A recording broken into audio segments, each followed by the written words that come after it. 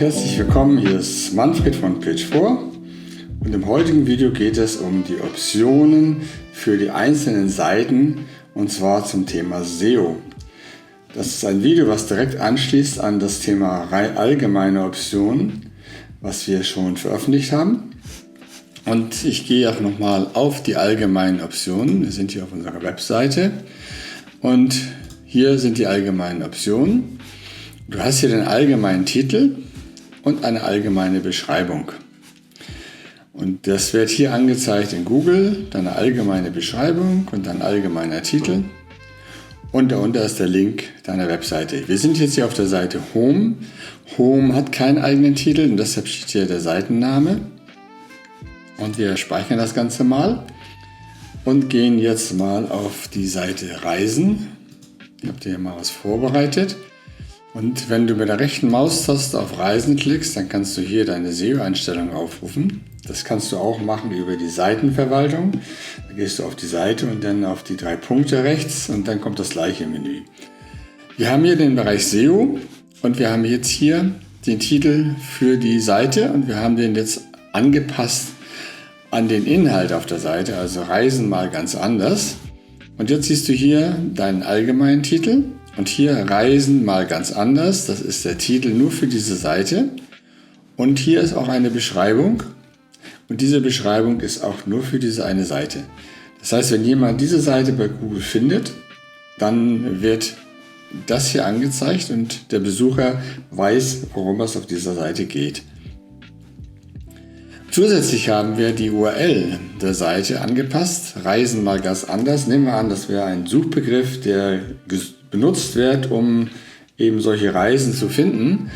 Dann kannst du hier quasi deinen Suchbegriff in deine URL einbauen. Und diese URL heißt dann eben beim Link auch Reisen mal ganz anders. Das solltest du aber nur machen, wenn diese Seite noch nicht bei Google indexiert ist. Denn sobald du die URL deiner Seite, den Link änderst, wird der alte Link nicht mehr gültig sein und wenn deine Seite unter dem alten Link bei Google ist und jemand klickt drauf, dann kommt er nicht auf die Seite, sondern auf die Startseite.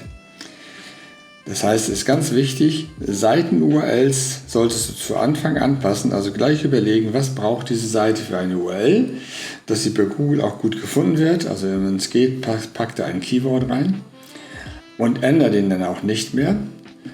Der einzige Unterschied ist beim Blog, da gibt es einen permanenten Link, das heißt, da ist vor dem Link eine Zahl und die ist gültig, die wird immer benutzt. Das heißt, wenn du die URL beim Blog änderst, wird die Seite trotzdem aufgerufen, aber hier bei normalen Seiten nicht.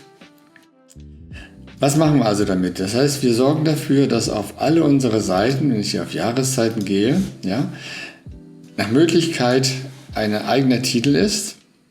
Wenn da kein Titel ist, ja, und ich den Titel wegnehme, so, dann siehst du, dann wird hier die Information vom Seitennamen benutzt. Du siehst jetzt hier Jahreszeiten 44. Das ist also jetzt der Name der Seite. Also kein Titel bedeutet, ich packe hier den Namen der Seite rein. Also sinnvollerweise such dir einen schönen Titel aus. Dieser Titel wird nicht nur in den Suchergebnissen bei Google gezeigt, er wird auch oben im Browser angezeigt, wenn jemand die Seite aufruft. Ich breche das hier mal wieder ab. Gut, damit haben wir das auch geklärt. Dann ist noch ein ganz wichtiger Punkt, den du beachten solltest, und zwar, wir haben hier unten auf jeder Seite eine Auswahlbox, und zwar um die Möglichkeit zu schaffen, dass deine Seite auf No-Index gesetzt wird. Was bedeutet das? Wenn du möchtest, dass eine Seite bei Google nicht indiziert wird, dass also Google diese Seite zwar liest und sagt, okay, da steht No-Index, ignoriere ich, dann kannst du das hier anschalten. Dann sagst du, okay, keine Anzeige. Das solltest du aber ganz bewusst machen und nur dann, wenn du auch genau weißt, was du tust. Also wir haben zum Beispiel auf unserer Seite die ganzen Designvorlagen. Die werden dynamisch erzeugt, die haben also nicht wirklich einen Inhalt.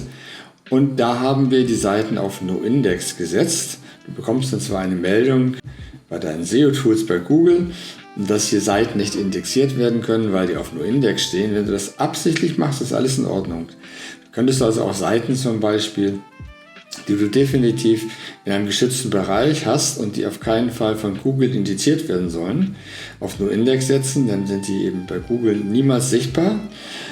Und wer den Link hat, kann natürlich die Seite aufrufen. Das ist also keine Einstellung, damit die Seite unsichtbar wird, sondern es ist nur die Einstellung, Google ignoriert die Seite einfach. Also standardmäßig auf Normal lassen und nur anklicken, wenn du wirklich sicher bist, was du tust.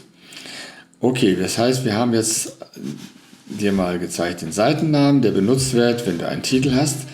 Und jetzt gehen wir noch mal eine Sache an, die auch ganz wichtig ist, und zwar bei den allgemeinen Einstellungen hast du hier oben die Möglichkeit, dass du die Position von deinem allgemeinen Titel angeben kannst, und zwar vor dem Seitentitel. Da steht jetzt hier Seitentitel allgemein, dann kommt der Seitentitel der Seite, nach dem Seitentitel, dann kommt hier erst der Seitentitel der Seite und dann der allgemeine Titel oder gar keinen Titel.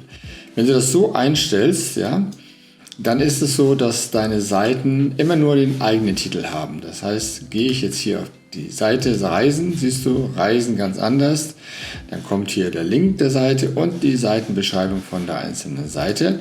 Wenn es keinen Seitentitel gibt, dann steht hier einfach Home, das heißt der Seitenname.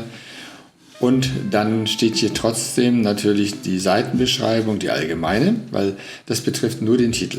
So kannst du also einstellen, wie die Suchergebnisse bei Google für einzelne Seiten sein sollen. Wichtig ist, wenn du eigene Titel für deine Seiten einstellst und auch eigene Seitenbeschreibungen, dann hast du die Möglichkeit, gezielt durch den Inhalt des Titels und auch der Seitenbeschreibung Suchbegriffe in einer guten Position zu platzieren, die Google nutzt, um deine Seite besser zu verstehen.